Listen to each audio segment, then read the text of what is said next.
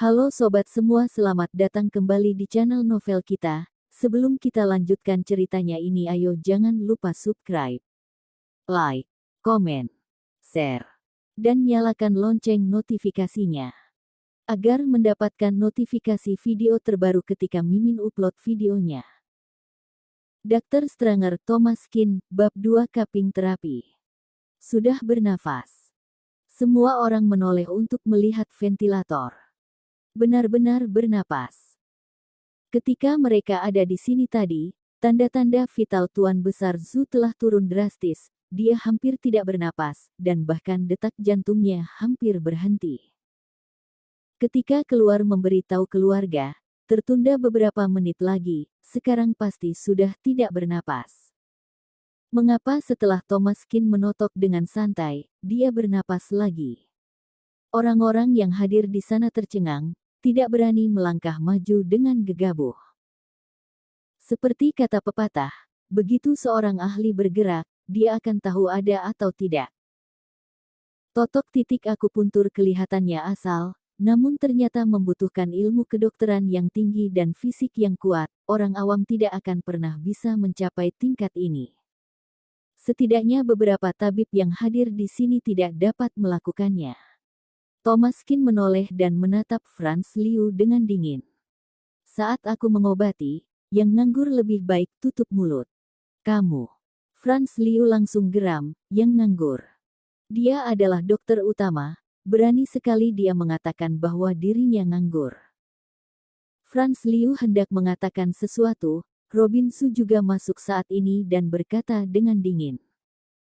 Dokter Liu, adik kecil ini sedang mengobati penyakit. Kamu sebaiknya tidak ikut campur. Mendengar nada mengancam Robin Zhu, Franz Liu mengepalkan tinjunya, dan akhirnya menahan diri dan memelototi Thomas Kin. Nah, ketika kamu tidak bisa menyembuhkannya, aku akan menyerahkan semua tanggung jawab pada kamu. Thomas Kin menotok titik akupuntur dengan dua jari agar Tuan Besar Zhu bernapas dengan lancar. Kemudian dia membuka kantong kain di tubuhnya dan mengeluarkan botol kaca transparan, pemetik api kecil, menyalakan kapas dengan alkohol, dan menyeka botol kaca. Selanjutnya, pergelangan tangan dibalik dan ditempelkan pada dada kiri pasien. Bekam api.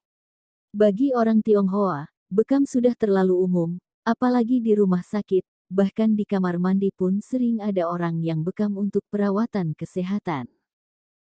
Tapi ini hanya perawatan kesehatan, cara ini sulit untuk mengobati penyakit, apalagi penyakit yang serius. Tuan Besar Zhu sakit parah yang perlu di meja operasi, apa gunanya bekam? Sensasionalisme. Franz Liu berbisik sinis. Apa gunanya kamu bekam untuk penyakit yang tidak bisa diobati dengan pengobatan barat?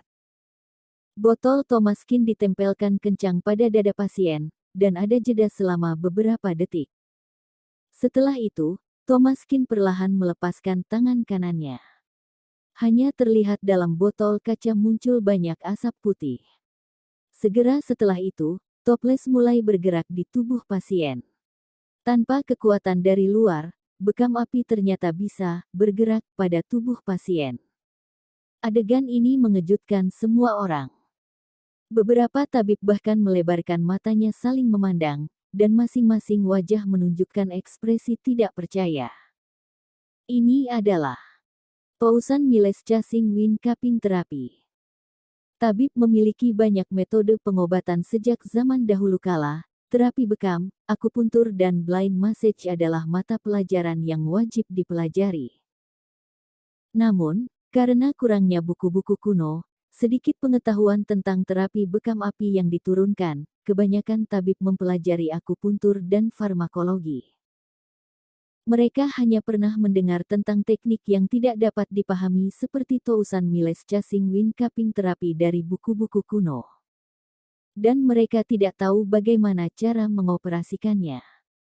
Satu totok titik akupuntur telah membuat para dokter membisu dan mengawasinya mengobati dengan diam.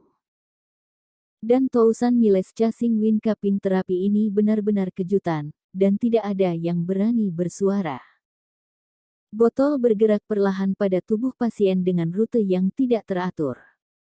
Thomaskin mengeluarkan tas kain lain dari tasnya, dan tas kain yang tergulung itu digelarkan perlahan-lahan, sederet jarum perak. Thomaskin dengan kilat mengambil 3 jarum. Terjepit di sela-sela jari tangan kanan, jarum perak itu jatuh dengan cepat lewat gerakan pergelangan tangan, seolah-olah menusuk sebuah tahu, tepat mengenai titik-titik akupuntur. Teknik akupuntur yang lihai. Dalam akupuntur jarum perak, banyak faktor yang mempengaruhi hasil akupuntur seperti kekuatan, ketepatan, dan kecepatan. Untuk keadaan darurat ini, akupuntur Thomaskin baru saja dilakukan dengan cepat dan akurat. Meskipun tabib senior yang hadir memahami teori ini, namun mereka tidak pernah bisa mencapai hasil yang sama seperti Thomaskin. Terlebih lagi, dia menusuk jarum perak dengan demikian ringan dan lembut, bagaikan awan yang bergerak dan air yang mengalir. 1 jarum, 2 jarum, 3 jarum, 4 jarum, 5 jarum. Setelah 5 jarum perak ditusuk, bekam api berhenti, pernafasan lega. Ahem. Tuan Besar Zhu tiba-tiba terbatuk. Pada saat yang sama, perawat yang selalu memperhatikan peralatan medis berseru kaget. Detak jantung sudah normal. Semua orang menoleh dan melihat, detak jantung benar-benar normal. Para tabib senior terbelalak matanya. Akupuntur 5 elemen positif negatif. Ini pasti akupuntur 5 elemen positif negatif yang di dalam buku.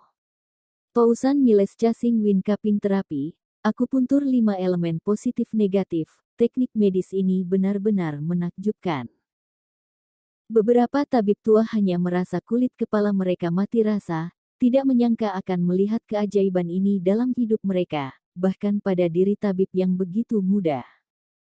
Generasi muda itu luar biasa, generasi muda itu hebat. Thomaskin mencabut jarum perak, menyimpan botol kaca, dan menyekat tangannya dengan kain putih di dalam tas. Nyawa Tuanku Zhu telah diselamatkan, tetapi jika ingin disembuhkan, perlu waktu lama untuk pengobatan. Aku berikan resep, aku sebut dan kamu catat. Thomaskin dengan santai berkata kepada seorang dokter di sampingnya. Baik, baik, Anda katakan, Anda katakan. Dokter ini juga merupakan tabib yang terkenal, kini disuruh oleh Ye Bai bagaikan asisten, namun tanpa keluhan, bahkan mendengarkan dengan sopan. Radix poligoni multiflori, 9 gram. Master, 6 gram. Solanum, 15 gram. Setelah memberikan resep, Thomaskin berkata.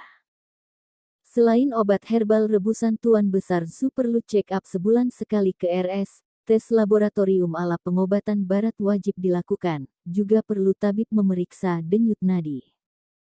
Saat mendiagnosis denyut nadi, perhatikan nadi tenggelam dan nadi padat. Jika gejalanya membaik, dosis obat herbal rebusan dapat dikurangi sesuai porsi yang dibutuhkan. Setelah berbicara, Thomaskin melihat para tabib. Apakah mengerti apa yang aku katakan? Mengerti, mengerti. Beberapa tabib senior yang terkenal di kota, saat ini bagaikan siswa SD di hadapan Thomaskin. Setelah itu, Thomaskin menyimpan tas kainnya dan mengendongnya. Paman Zhu, aku pergi dulu, dan aku akan datang berkunjung ke rumah di lain hari. Sambil berkata, Thomaskin berjalan pergi. Dewa Tabib Junior. Robin Zhu hendak menghentikan Thomaskin dan bertanya dengan hati-hati, mendadak Tuan Besar Zhu batuk beberapa kali lagi, dan sepertinya ada tanda-tanda sadar, dia bergegas maju untuk melayani. Saat itu Franz Liu berdiri di sampingnya, wajahnya memerah. Sebelumnya, dia terus mengatainya sebagai anak ingusan dan penipu. Dengan bicara besar mengatakan bahwa tiada orang yang bisa menyembuhkan penyakit yang tidak bisa dia sembuhkan. Alhasil, Dewa Tabib Junior ini datang, dengan totok titik akupuntur, bekam dan akupuntur, dia hidup kembali dalam waktu kurang dari 10 menit. Ironisnya, Thomaskin bahkan tidak memandangnya dari awal hingga akhir, bahkan ketika dia pergi. Ironisnya, Thomaskin dari awal hingga menjelang pergi pun tidak meliriknya sama sekali. Bahkan sepatah kata sindiran balik pun tidak diucapkan. Cukup terlihat jelas bahwa dia tidak berarti sama sekali baginya, hanya dia yang menganggap dirinya sendiri sebagai orang besar. Franz Liu merasa seperti telah ditampar beberapa kali, wajahnya panas, dan tidak ada tempat bagi dirinya.